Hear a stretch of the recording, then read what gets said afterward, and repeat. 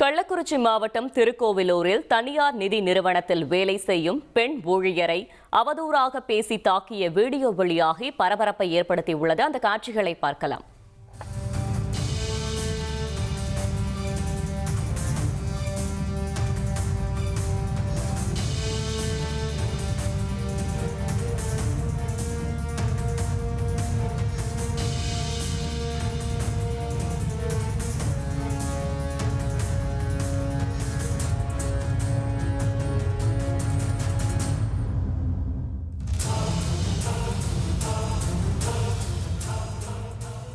கூடுதல் விவரங்களை செய்தியாளர் சரவணன் வழங்க கேட்கலாம். சரவணன், வணக்கம். இந்த சம்பவம் தொடர்பான மேலும் தகவல்களை சொல்லுங்க.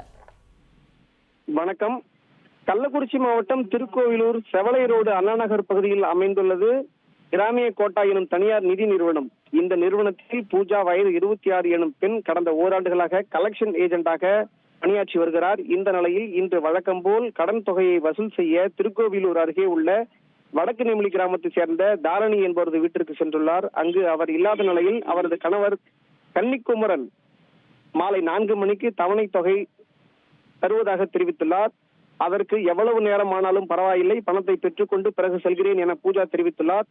இதனால் இருவருக்கும் இடையே வாக்குவாதம் ஏற்பட்டுள்ளது. அதன் பின்னர் அங்கிருந்து அலுவலகம் திரும்பிய பூஜாவை அவரது நண்பருடன் பின்தொடர்ந்து வந்து அலுவலக நுழைவு வாயிலின் முன்பே கன்னிக்குமரன் சரமாரியாக தாக்கியுள்ளார். இந்த சம்பவம் அனைத்தும் அலுவலகத்திற்கு வெளியே பொருத்தப்பட்டிருந்த சிசிடிவி கேமராவில் பதிவாகியுள்ளது. தற்போது இந்த காட்சிகள் சமூக வலைதளங்களில் வெளியாகி பரபரப்பை ஏற்படுத்தியுள்ளது. இதுகுறித்து பூஜா அளித்த புகாரின் பேரில் வழக்கு பதிவு செய்த திருக்கோவிலூர் போலீசார் விசாரணை மேற்கொண்டு வருகின்றனர். தகவல்களுக்கு நன்றி சரவணன்.